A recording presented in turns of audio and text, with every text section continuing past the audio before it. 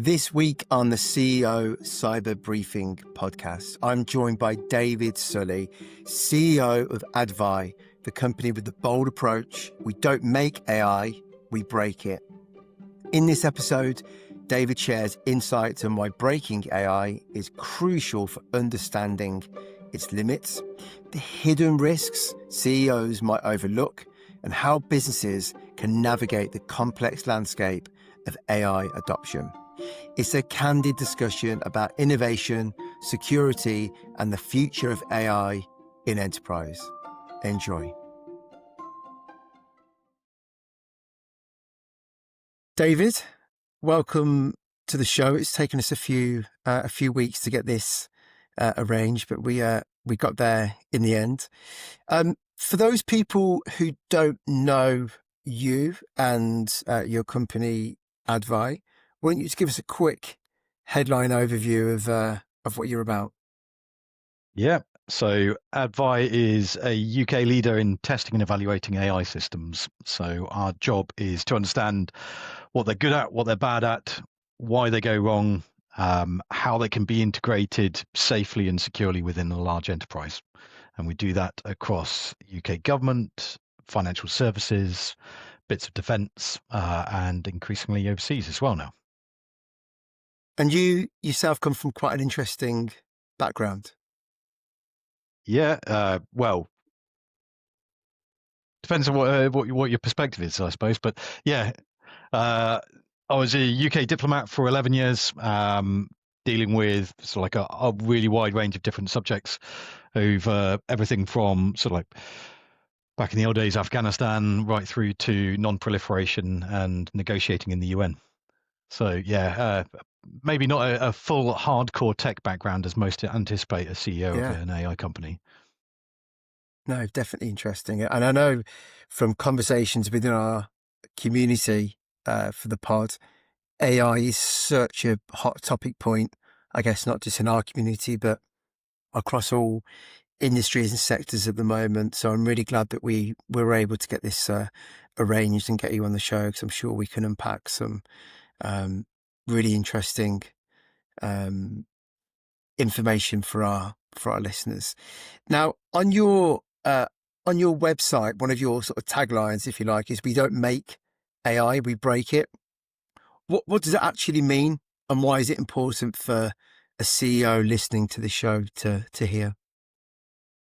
Yeah, so the tagline is, if you like, a little bit flippant, but at heart, that is what we focus on. Is so AI can fail, and what we're interested in is predicting where it can fail. And to do that, you have to break them. So we are very, very good at purposefully breaking AI systems in ways that we know how they will react, but the end user might not. And the reason that's important is these systems are the same as any others. So in software, you've got really, really good, consistent principles around things like secure by design and test-driven development. And none of that really exists in the AI industry at the moment. So when you're looking at these systems, you're wanting to understand, okay, this looks like a universal system that responds to me really, really nicely. And say with large language models, you can have this really amazing interaction and conversation. And then it will fail at a random point. And in order to identify where that random or seemingly random point might be, you've got to work out, why does that thing like hallucinate? Why does it give an incorrect answer? Why does it suddenly go off down a garden path that you weren't anticipating? And the best way of doing that is to red team it and to break it. And you do that in a targeted way. And if you do that in such a targeted way, you can start to understand a lot more about that system, and crucially, what that system is useful for within an organization. I suppose because AI is such a, as I said before, such a kind of hot topic at the moment. It's everywhere, as we can see in the headlines. But what's the one risk that you think CEOs are of any type of company are massively sort of underestimating right now when it comes to AI?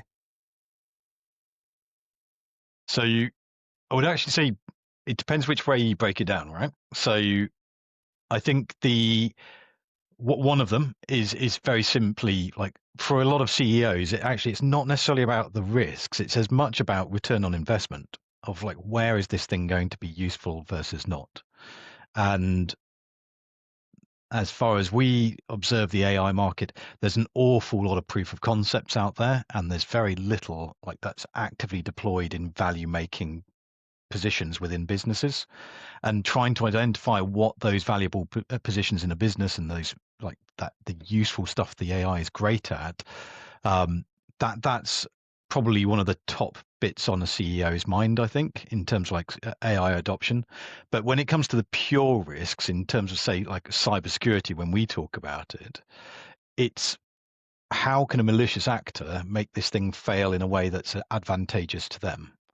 And that's the bit where, even within the AI industry, very, very little focus is put on it. So it's a very, very classically demonstrated by something called jailbreaking, for example, which is, again, go back to large language models because that's all anybody's talking about at the moment. Jailbreaking is where somebody can interact with the system and purposefully make it take an action that the owner of that system would not want it to do. And a classic example would be, this is what the AI Security Institute looks at, jailbreaking ChatGPT or Anthropic's models to see if they can provide biological and nuclear weapons. So like that is a jailbreaking methodology that they're using. But within a company, that's not really the way that people are worried about it. What they're worried about is actually, if I put an agent in a bank, is there a way that somebody can trick that agent into authorizing a loan that is against the bank's interest? And that is also a jailbreak. So how somebody tricks and manipulates that system into getting what they want is a jailbreak. And these are the sort of like the risks that are there within the AI industry, but they're just not very well explored, and particularly at the enterprise level. I guess that's kind of one of the challenges, isn't it, for companies? This is all so new that actually understanding what the risks are without companies like yours is quite a sort of an unknown entity at the moment for many people.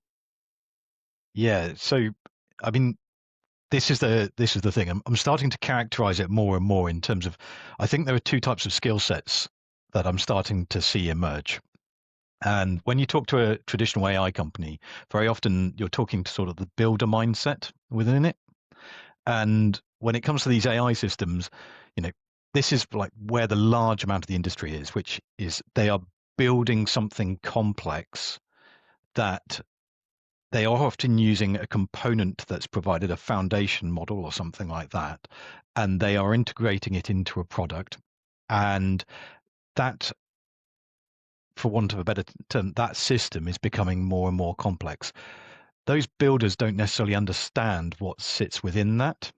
And so you have a separate part of the industry where the skill sets are just far more limited, which is, I'm just terming them explorer mindsets at the moment, which is those who actually look at this from the other side of things. And there are different algorithms that you actually need to create and develop and deploy in terms of how can you get this thing that's been built? How can you explore how that thing reacts?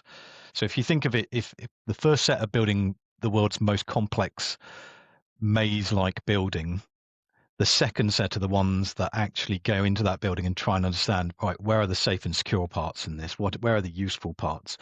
And that's a very, very unique area. And I don't think that that's very well understood at the moment. So that bit is lacking. And that level of evidence for what does this building do? How does it work? And what's useful and what's not just is often missing.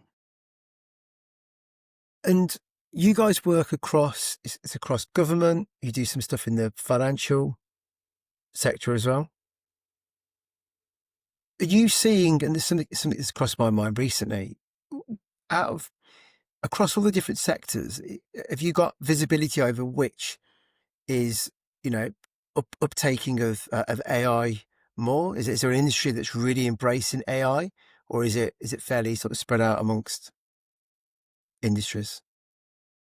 So I wouldn't say that I've got the scale to be able to identify that with like any real confidence.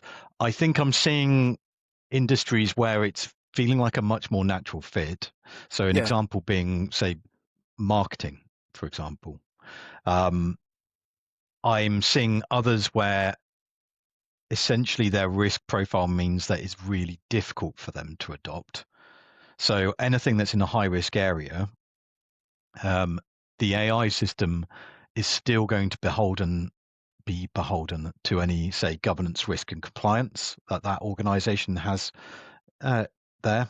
And within those, it's very, very difficult, I think, because you have governance, risk, and compliance, you have rules, you have policy, whatever it may be that is set down that's designed for humans, and you're trying to introduce a black box automated system into that, and trying to say, okay, this thing that we're introducing, we don't really understand it yet, and we don't have much of the evidence there, relates to these things that actually we are legally beholden to.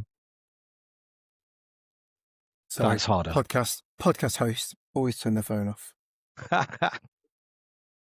Hey, at least Sorry, it's carry you on. and not me. So, Sorry, but carry on.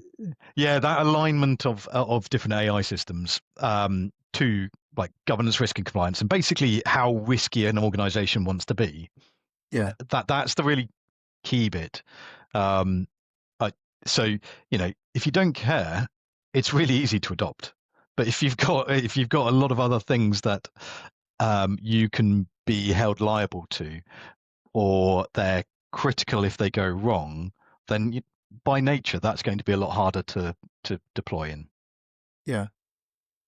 And I imagine those kind of heavily regulated industries as well, that they're the ones who are going to be a bit more mindful of what they actually use. Yeah, and the thing is, so I think very often there's this perception that sort of like AI is everywhere, it's dominating everything. That you start looking at the statistics, particularly in regulated areas, so things like the Bank of England's reports and so on, you start getting an understanding of, okay, this is it's a much harder challenge than actually your initial feeling says. Yeah.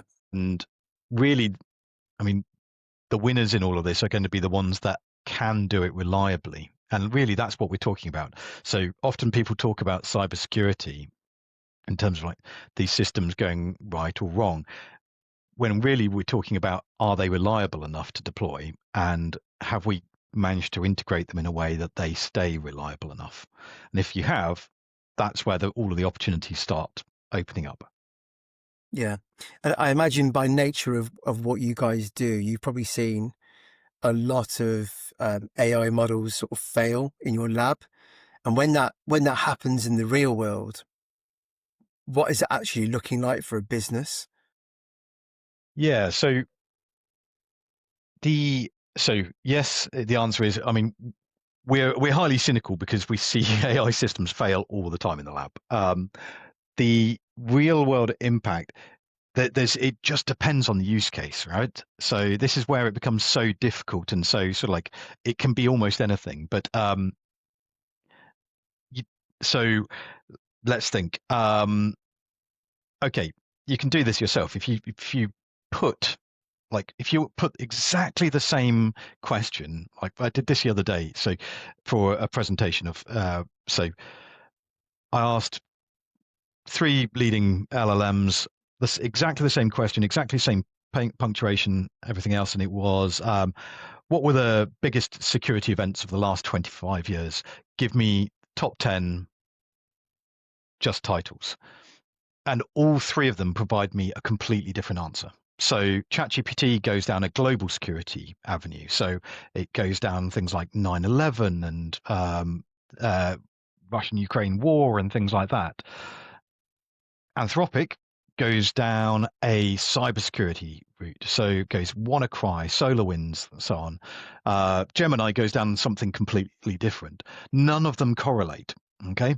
Now, all of them are kind of correct, but if I was in a particular business with those as automated systems, maybe security to me means something completely different to the other organization over there. And so in that circumstance, you've put in a model into an automated workflow or whatever it may be, a question comes in and it provides the answer, which in the eye of the beholder, it might be right, but for your business is completely wrong. So if you're a cybersecurity business, Russia-Ukraine war, yeah, important, but not really relevant to your question there. And you've just seen an epic fail. And that's just dependent on which model you've happened to choose. And so this is the problem, is that it depends how inputs into the models are asked or positioned, and then what the outputs come out. And it's very, very difficult to know when you've got something that you're like, okay, this is going to consistently answer in the way that we need it to as a business. And I think in amongst that, and not, it's a bit off topic from your question, but what I'm not seeing is any evidence base for why one particular AI model or system is being chosen over another. So nobody is really thinking in terms of like, actually, does one of these providers provide me a more reliable response to our topic and our use case? It's more of a personal preference. Yeah. And when it goes wrong, we just go, oh, that's just the model hallucinating. The thing is, hallucination is a wrong answer. So that is a failure within your system. It's just we're saying, oh, because it's written nicely, it's a hallucination. Still makes sense. That doesn't mean that it's not a failure. In AI terms, what does hallucination actually mean? What are they referring to? Yeah, it's a wrong answer. So Right. it's if you like, it's probably a very good marketing term for it's gone wrong. So it provides you an answer that looks entirely plausible, reads correctly, but is not the correct answer. So factually, it's incorrect. Yeah. The most common time that you get this with generative AI is, or the ones that are often cited are where it's particularly with like references and things like that. So large language models have this real issue. Like they are very, very bad at saying you, the user, are wrong. They're really sycophantic, right? Yeah. And so what you will very typically get back as a response is like, brilliant point, even if it's a bad point. And then followed by, yeah, blah, blah, blah, blah, blah, blah. Here's the answer to that. And if you ask for evidence points and for sourcing, they'll occasionally, like most of the time, they'll put in everything correctly, and then occasionally they'll throw in, say, a source that doesn't exist. So if you click through on the link, it doesn't exist. And it gets very, very common anytime you start going into statistics and things like that, particularly if you're trying to find evidence to back up an argument, for example, in a conversation. That's when you can start getting sort of like this positive feedback loop. It's a hallucination. It's just providing incorrect information as truth. Sometimes when you use ChatGPT, like you say, it's good for the ego because it is very positive about what you command it to do or what your kind of thought process is, but maybe not from a factual point of view. That always the safest bet. Exactly, and that's why. I mean, maybe this is part of that. So like when you're looking at stuff using AI systems. So if do you know what OWASP top 10 are? So do you know what OWASP is within cybersecurity?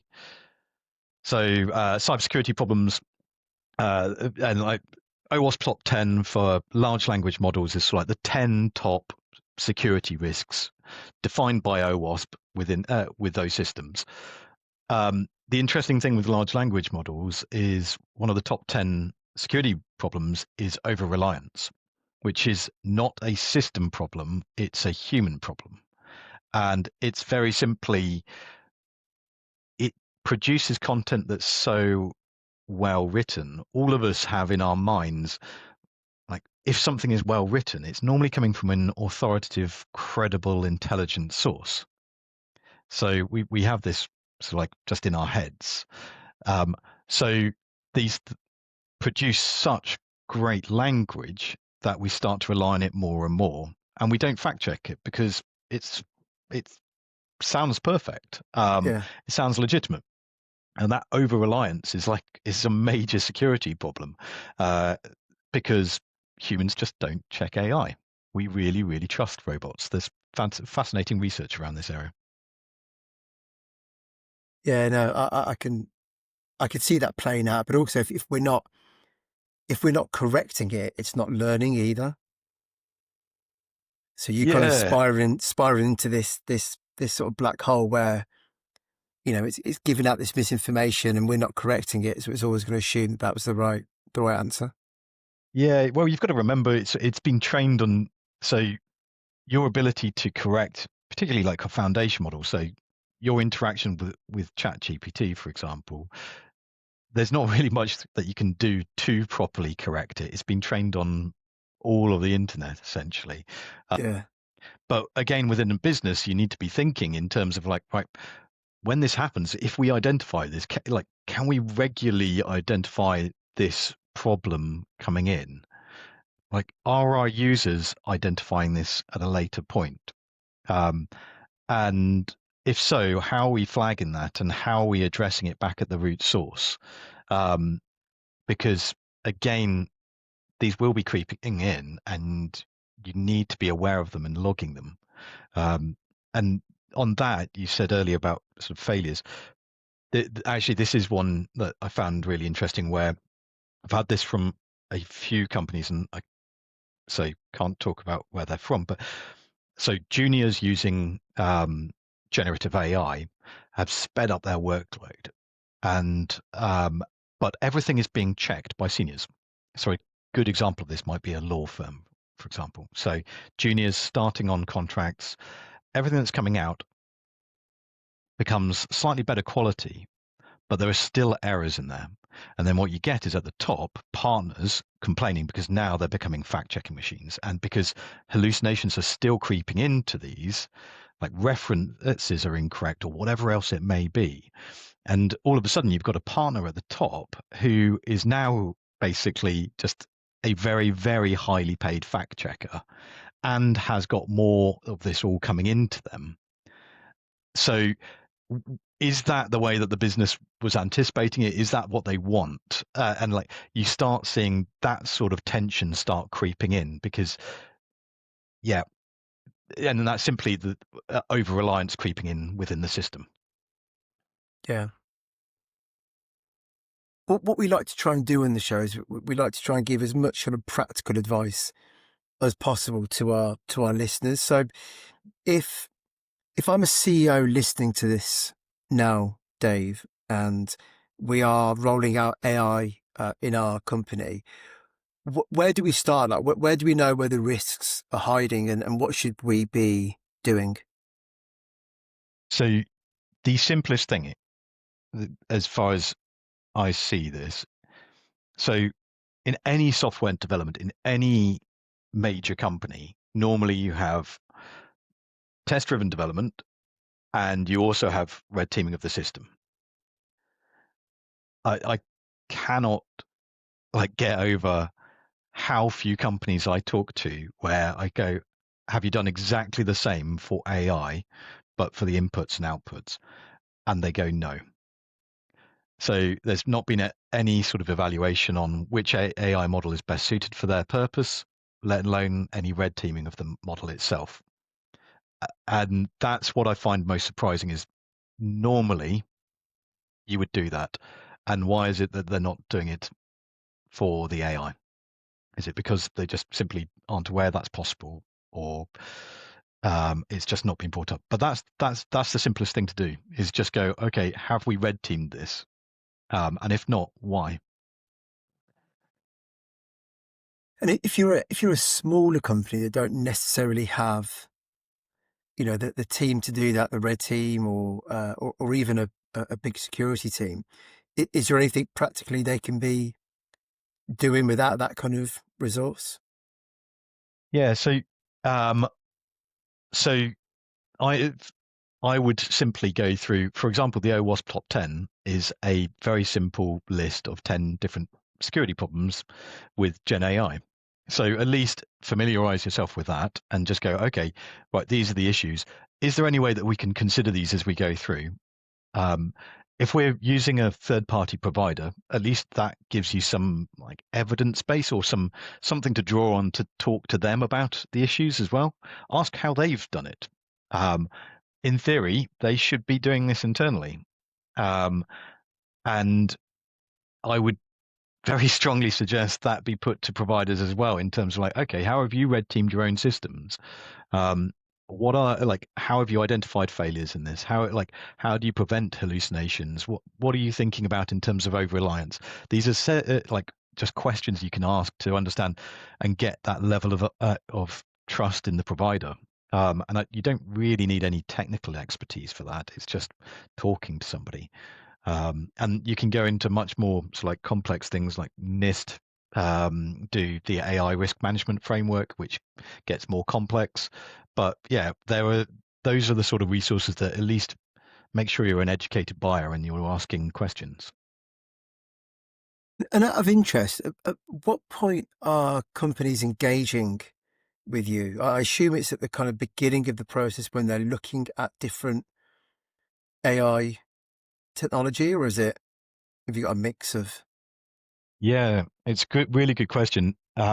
So it used to be that we were only really approached at the pre-deployment point.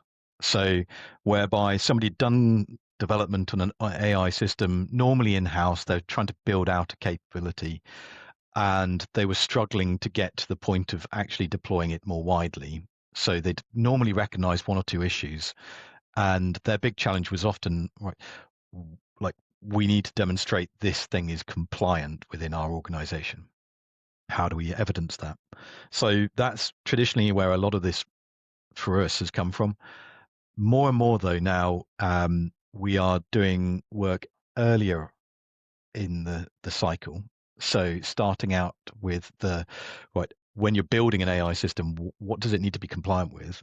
And how can you test with that as you develop it? In some cases, we're going even earlier. So, particularly with very large organizations where they're looking to procure AI systems, we're actually benchmarking different providers to identify the best in class for that use case. Um, and then, yeah, increasingly, we're now into post-deployment monitoring as well. Because obviously, you measure all of this when you're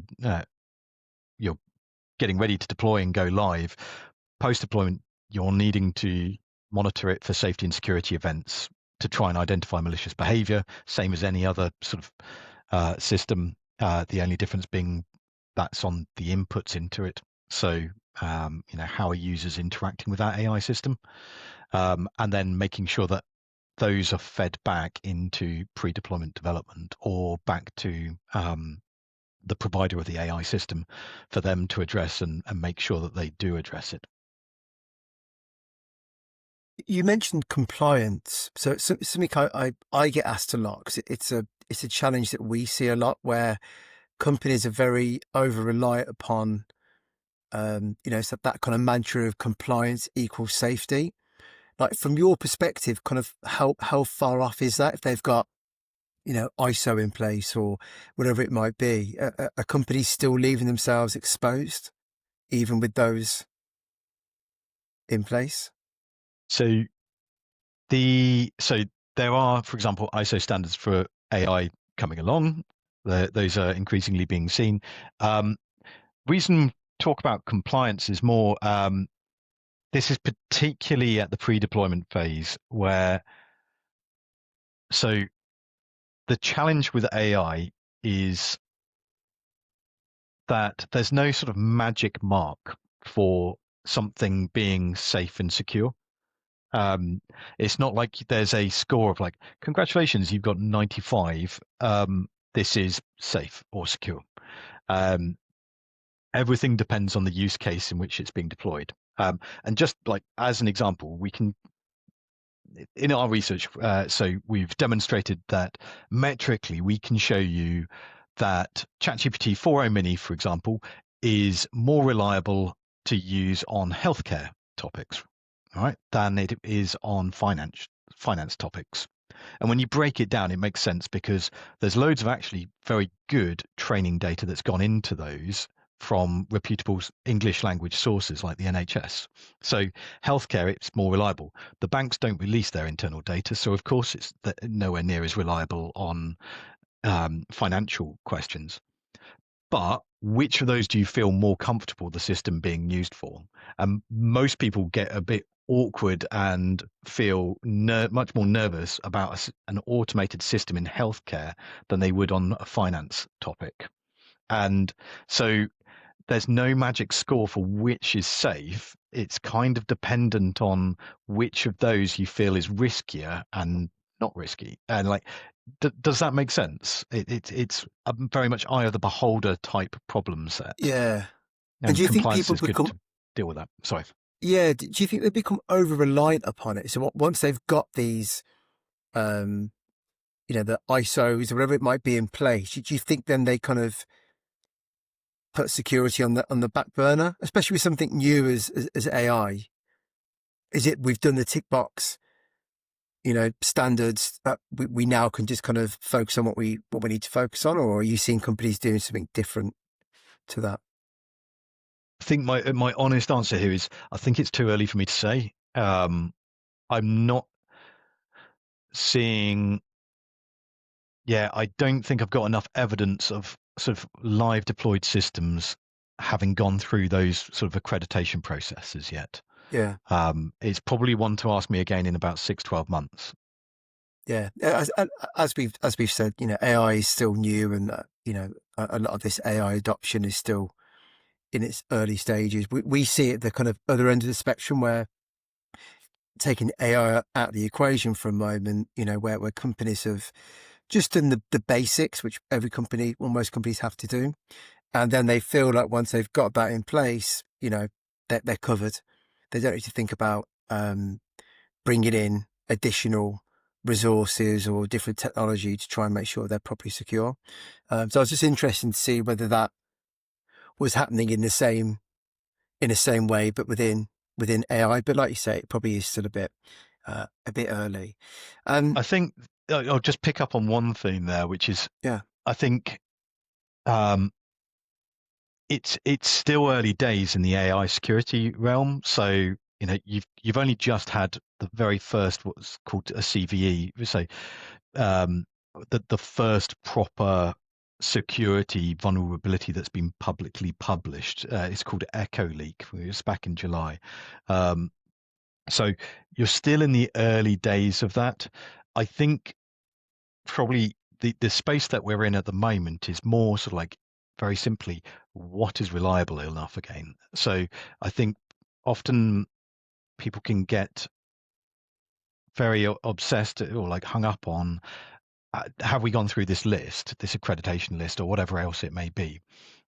The bigger opportunity and bigger challenge at the moment as well is simply is this system reliable enough to deploy? And which system is most reliable? And so to think of it in terms of going, if you can find a more reliable system, it's going to be more secure as well at the moment. It seems to be the indicator.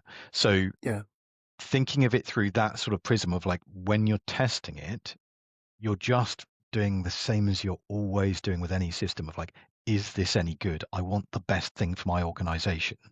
And then taking it forward on that basis rather than getting all completely strung up on security because it's still early days. There are going to be big issues, but they're being explored and like it.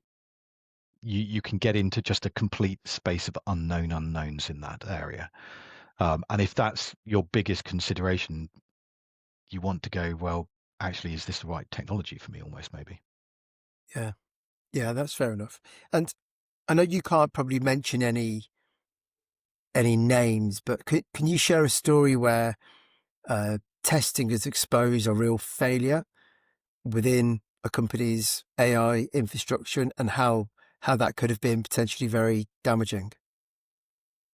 Yeah. So, um, no need to expose any names at all. Like, but I mean, a very a consistent one, I would say, that we've had across multiple is how like So how to create an unbiased system, or how to minimize the amount of bias and sort of failures that come through a system, entirely depends on how you structure the inputs into it. And so very consistently, like we see this a lot, which is um, companies that allow like this really broad, how to explain this simply, a really broad input, basically, of like a very broad question is asked and the user can answer it in loads and loads of different ways. And that creates a really unstable response. And so that is a typical problem that we witness very regularly, where it's just the broader the question, the broader the response that can come in, the more unstable the system is going to be. And that can lead to failure in almost any different direction when it's deployed. So trying to determine, have you constrained this in a sensible and effective way that still allows the system to operate the way you need it to? Like, that's one of the bigger ones that we often come across. So Go. what would be an example of that then? So you say kind of the broad side of it. What would that look like in real terms? So the problem is like you always come down to specific use cases here, which is where like I'm going to struggle. So what's the way to do this? Okay, this is a silly one, right? So, but like it's one I use occasionally. So, get away from generative AI, right? Go to like an object detector, right? So, object detectors are things like on automated vehicles. So it says, right, the image comes into the camera, that goes to the AI system, and the AI system says, right, that's a person, a car, whatever it may be. All right. You got to remember, and this is going to sound slightly weird, but all it's doing is it's just responding to the pixels that are there. And this is the same way that generative AI does it as well. So an example of this would be, say something is completely out of the blue, but you have a car falling off a cliff. That system will just say there's a car. That's not the important thing in that scenario. Like, you've got a very broad input, and it's just going to say, right, okay, that's a car. Like, and but the real important thing is the car's not touching the ground. It's about to touch the ground, and that's the thing that's really, like, a human would automatically go, that's the problem here. And this is the problem with AI systems, is like, by nature they're very unconstrained, and they will just respond to like the pattern, and the way that they see a pattern is like different from the way that humans perceive the world.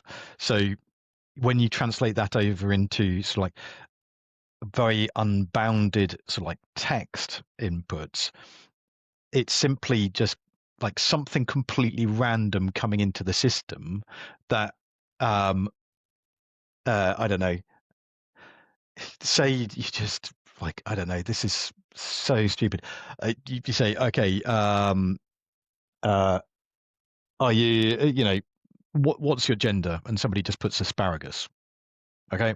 It's like, right, you don't know how the system is going to react there, but like really, like an LLM on its own might just react very oddly. But really, that is something that you want to really, really constrain and just have really clear categories. And it's almost better to have it as just like select these options.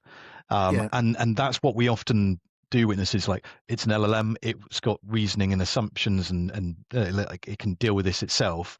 And so let's just ask this openly, where actually a traditional, like much more like symbolic approach to it would create a much more robust like output from that system. Does that make sense? Yeah, and is that the kind of thing that you guys are testing? Say a company comes to you and that they've got their criteria of what they're looking for. They're in that kind of pre-stage. Are they the kind of things that you're looking for when you're looking at these different? Yeah, absolutely. Products? So that sort of problem set is something that when we're looking at the system, we're not looking at right, just here's an LLM. What we're looking at is what is an LLM good at and what's it bad at. So we're looking at like the way that somebody structures that system. Like, what are the things that we've previously seen or witnessed, or we've got tests for, or like automated augmentations or whatever it may be, to explore like how this thing might react. And so, and what all we're trying to do is bring all of that breadth of knowledge into a space where we go, okay, typically this is a way that we'd expect it to fail. Now let's see if that's the evidence base, if the evidence base supports it. And the more that we do that, the more we build up our library, if you like, of failure modes and the way that these systems react. So next time somebody like puts asparagus in or banana or whatever, like it's actually something that we've already seen before, we've tested for that eventuality. Yeah. Yeah, no, that makes sense. That makes sense. Finally, Dave, so as a sort of a parting information for our listeners. So if a CEO was listening, what's one thing that they can go away and do now after this conversation that's going to make their AI safer this week? What would that look like? Very, very simply ask their CISO, have we red teamed this AI system? And if they don't have that infrastructure in place, if they don't have CISOs, they don't have red teams. So that go away, have a look at things like OWASP and just understand what are the failure modes that AI systems have they been accounted for in the thing that they are building or that they're buying. That those resources, just understanding have we tried to break our own system? Have we tried to red team it ourselves?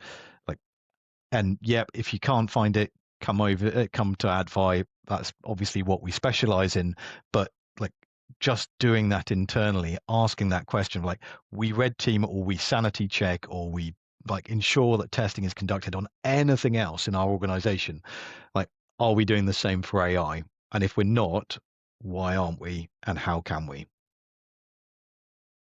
Yeah, and I think the takeaway that I've come away from this episode is how important it is what you're doing out there in the market at the moment with Advai. You know, I think there's so many companies that are really accelerating their use of AI, and it feels a bit like they're kind of going into this, you know, dark, and you know they're not fully educated, which most of us aren't because it is so new. But the rate of adoption and the rate of which AI is sort of adapting as well, I think we're all sort of rushing into something we're not that familiar with. So as I say, it's really highlighted to me what the importance of what you guys are doing. So I hope our listeners have walked away with that sort of same sense. Where can people find you, Dave? What's the website address? We'll put all the bits on in the show notes and in the comment section. But what's the website? Yeah, so the website is www.advai.com, which is ADVAI. We're on LinkedIn, obviously. Follow me, follow the company. You can get us in contact with us via that. So, and yeah, normally if you're in London at a major AI thing, we're probably there at somewhere or other. So connect to us that way. Awesome. But like I said, I'll put your company profiles, and if you're comfortable with me doing your LinkedIn profile on the show notes and stuff. But really, really interesting conversation, Dave. Like I say, it's what our community's been asking for in terms of AI and security. So hopefully they've learned something, and they'll go away. And you never know, maybe they'll be in touch. Brilliant. No, thanks very much for having me.